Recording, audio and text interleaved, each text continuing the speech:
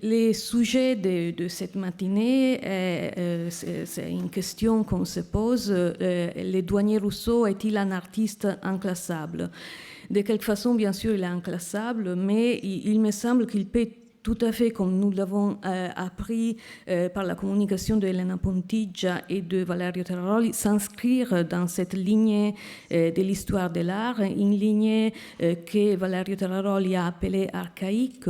Donc la question que je souhaite poser à nos deux collègues, c'est pourquoi en ces moments, en ces précis moments historiques entre le 19e et 20e siècle, un artiste qui est le seul à regarder ou à capter, disons, cette lignée archaïque a eu autant d'importance et surtout il est devenu un vrai pont, il a fait les liens entre le passé et la postérité, comme André Malraux justement l'a dit dans Les Voix du silence. Il a vraiment servi de quelque façon de pont pour transmettre cet archaïsme aux générations suivantes.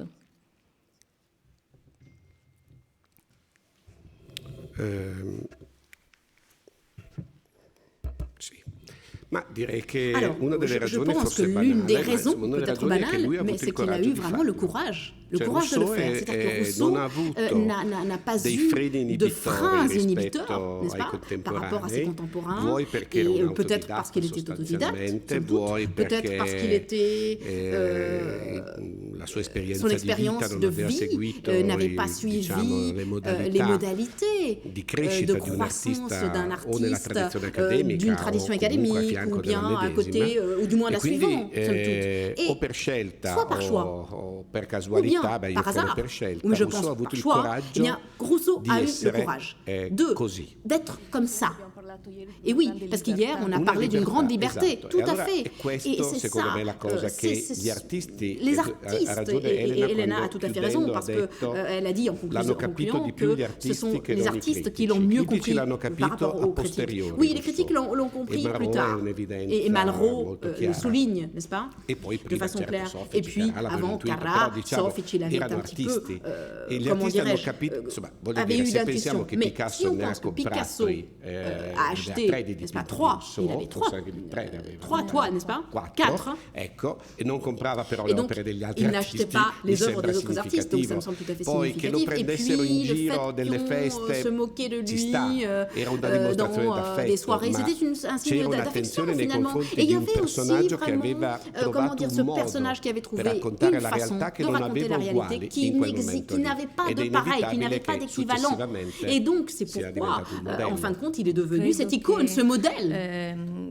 Et oui, je pense que c'est la liberté, comme vous le disiez, et ces erreurs d'anatomie, de perspective qui, somme toute, ont permis aux artistes et à un artiste comme Picasso, qui à ce moment-là voulait chercher une nouvelle langue, un nouveau langage, voulait aller au-delà, eh bien, ça lui a permis d'arriver au cubisme, n'est-ce pas, en bouleversant les règles de la tradition, etc. Oui, on avait une unité d'intention, si je puis dire, entre ce que faisait Picasso et ce que Rousseau faisait. C'est-à-dire que tous les deux ne suivaient pas les règles grammaticales des académies et de l'école des beaux-arts. Et donc, Picasso ne le suivait pas de façon voulue et délibérée, parce que, en fait, il les connaissait parfetement, et ce depuis l'enfance, n'est-ce pas, comme Valerio le disait, avec cette phrase selon laquelle, à 20 ans, en tant qu'enfant, je peignais comme Raphaël, et ensuite, j'ai dû oublier ces règles pour devenir moi-même. Alors que Rousseau ne les connaissait pas. Il aurait voulu les connaître, par contre. Mais en réalité, le fait de ne pas avoir participé, fréquenté l'Académie des Beaux-Arts, même s'il était cultivé, attention, on parle bien d'une culture, en fait, d'amour, de passion, de recherche, dans les musées, dans les galeries, donc beaucoup plus profonde, somme toute, d'une culture superficielle faite dans les livres. Eh bien, cet, entre guillemets, handicap l'éloignait de ce monde grammatical des académies où tous les artistes de la génération des avant-gardes participaient.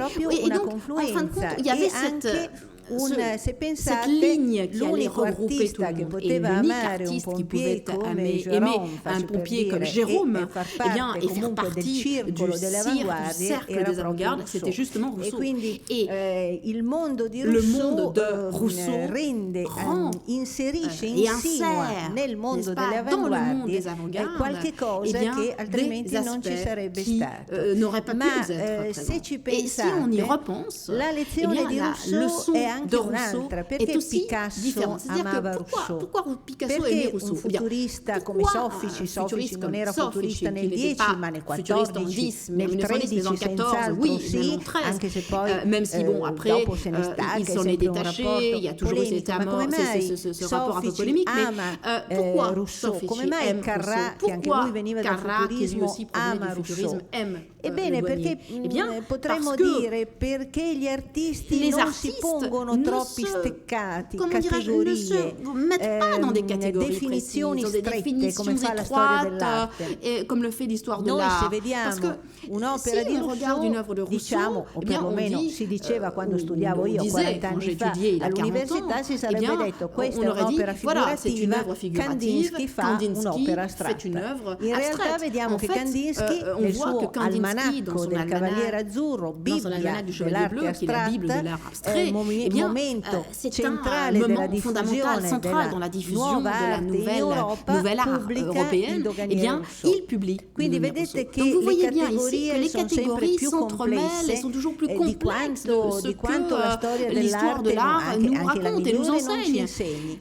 E quindi la lezione di Rousseau e anche di come Rousseau è stato amato ci insegna proprio questo, a guardare di più e catégoriser di meno. Et catégoriser beaucoup moins. Si vous avez des questions à poser à Valerio Terraroli et Elena Pontigia. Oui, je voudrais poser une question, Madame Pontigia. Ce que vous avez appelé lo stupore correspond en allemand à ce qu'on appelle Erstarrung. Et donc, d'une certaine façon, il y a un parallélisme entre l'Italie et l'Allemagne, dans la mesure où cette Erstarrung est quand même une des grandes caractéristiques de la nouvelle objectivité et du réalisme magique en Allemagne. Donc je voudrais savoir si, dans ce parallélisme, vous voyez une simple coïncidence, sans trop de rapport entre deux, si vous voulez, ou bien est-ce qu'il y a une interaction, ou est-ce qu'il y a une des deux parties qui est déterminante, et dans ce cas-là, laquelle, s'il vous plaît? Oui, merci beaucoup pour cette question tout à fait passionnante. Bien sûr, il y a un rapport, c'est un rapport profond, je dirais. Pourquoi?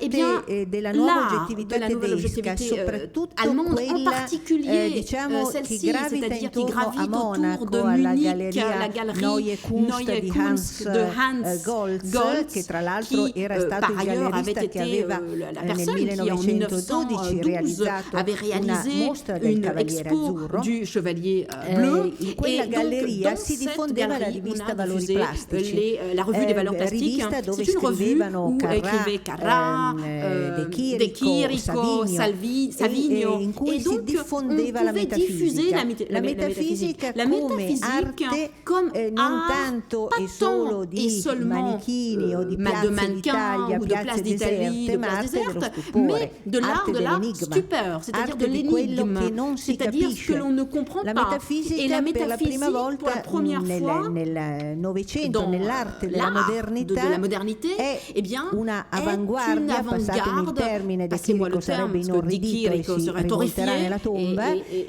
ma è una arte moderna che non rivoluziona le forme, ma rivoluziona il significato. Se voi guardate una piazza d'Italia di De Chirico, anche un bambino di 3 anni capisce che ci sono delle case con degli archi, magari una statua, una scultura con Arianna addormentata al centro, un trenino che corre sullo sfondo. Non è difficile capire il de comprendre n'est-ce pas, les personnages. Mais ce que l'on ne comprend pas, c'est le sens. N'est-ce pas? Donc le tableau devient une énigme. Et c'est une énigme. Et qu'est-ce qu'une énigme si ce n'est pas une stupeur qui n'a pas de réponse? C'est une question, une interrogation face à laquelle nous sommes stupéfaits. Nous nous arrêtons et nous ne pouvons pas répondre.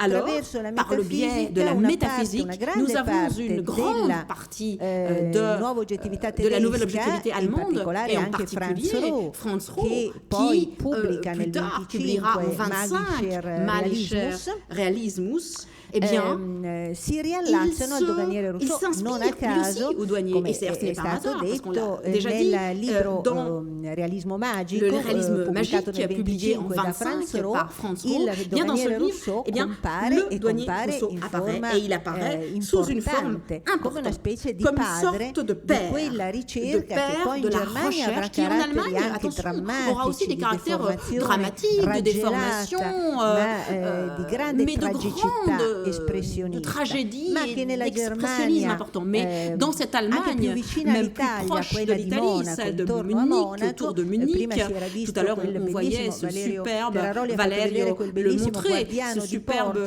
gardien de port. Eh bien, Rousseau s'inspire de cela. C'est-à-dire qu'on a dans ce tableau, eh bien, avec Rousseau, un sens dramatique, parce que on dirait que c'est une fable des frères Grimm, avec cet enfant qui garde le troupeau. Eh bien, c'est une vraie dénonciation, parce que nous sommes en 23, donc au moment où pour acheter un timbre, on devait dépenser je ne sais pas combien de milliards de marques, puisque nous sommes au moment de la grande dévaluation et vraiment de l'ébranlement de la société allemande. Donc cet enfant, le gardien de port, c'est le seul, c'est le dernier, si je puis dire, dans l'échelle des professions. C'est une idée marginale, c'est un marginal, non, on est dans le concept de la misère, mais il n'est pas dans la mentalité de Rousseau, c'est-à-dire qu'on n'a pas de déformation, mais on a un sens fabuleux, on est dans la fable, on est dans la stupeur, on est dans la suspension presque des événements, comme justement Rousseau les faisait. Et voilà que par le biais de la métaphysique, en ajoutant un anneau supplémentaire, et je vous remercie d'ailleurs de votre superbe question, je peux donc préciser qu'on a aussi le monde allemand qui regardait de façon autonome Rousseau, mais aussi il le considère par le biais de la métaphysique italienne. Oui, tout à fait. Et Franz Roh, d'ailleurs, dans son hommage, et après avoir publié dans le frontispice La Bohémienne endormie de Rousseau, publie aussi des œuvres d'artistes allemands et italiens. Et donc, à côté de la nouvelle objectivité allemande, on a aussi des œuvres de Donghi, Fumi, bref, tous ces artistes qui feront partie du courant italien qui s'appelle justement le réalisme magique, c'est-à-dire ceci a vraiment comment dirais-je, un sens partagé, européen, commun, qui doit énormément à la leçon de Rousseau. Je voudrais ajouter un point, suivant la question de monsieur, vous parliez d'enchantement, n'est-ce pas, en allemand. Et moi, je n'arrive pas à détacher mes yeux de ce détail qui est utilisé pour notre colloque. C'est l'autre élément que Elena citait il y a un instant, c'est-à-dire cette situation d'immobilité. On est dans une image, comme dans la quotidienneté, dans l'instant, on a un mystère. C'est l'enchantement. Et c'est ça on revient au réalisme magique italien. C'est-à-dire qu'on a un triangle là, Paris, Rousseau, Paris, donc Franz Roh et Munich, et l'Italie, et le retour. Donc, bref, et c'est vraiment cette roue. Et puis, ce que je disais tout à l'heure sur le paradis perdu. Parce que finalement, le monde exotique n'est pas le monde exotique réel. C'est le monde exotique qui nous appartient, le nôtre, ce que nous pensons qu'il soit le monde exotique, parce que c'est peut-être quelque chose qui est très loin dans l'espace, très éloigné, qui est atemporel, qui n'a pas de passé, n'a pas de futur, ni de présent. C'est une invention. C'est une invention, même, si je peux dire, pour consoler Et donc, Rousseau a toujours ceci. C'est-à-dire quand il décrit sa propre ville, les jardins de Luxembourg, enfin utilise les jardins du Luxembourg ou la campagne autour de Paris pour peindre des scènes avec des personnages. Bien, ce sont toujours des images exotiques, parce que ce ne sont jamais des réalités qu'il a face à ses yeux, mais c'est son rêve d'enfant. C'est ce que Savigno disait c'est ce qu'il voit avec Giotto, n'est-ce pas? C'est ce que Savigno voit quand il regarde Giotto. Et justement, par rapport à Rousseau, eh bien, c'est le premier représentant du réalisme magique. Oui, tout à fait. Donc, on utilise ce terme-là, qui a été utilisé aussi en Italie par Bontempelli pour définir cette atmosphère enchantée, enchanteresse, et cette stupeur, ces images qui sont vraiment dans une atmosphère atemporelle, en dehors du temps, dans l'air du temps, et justement dans toutes ces années 20 et 30.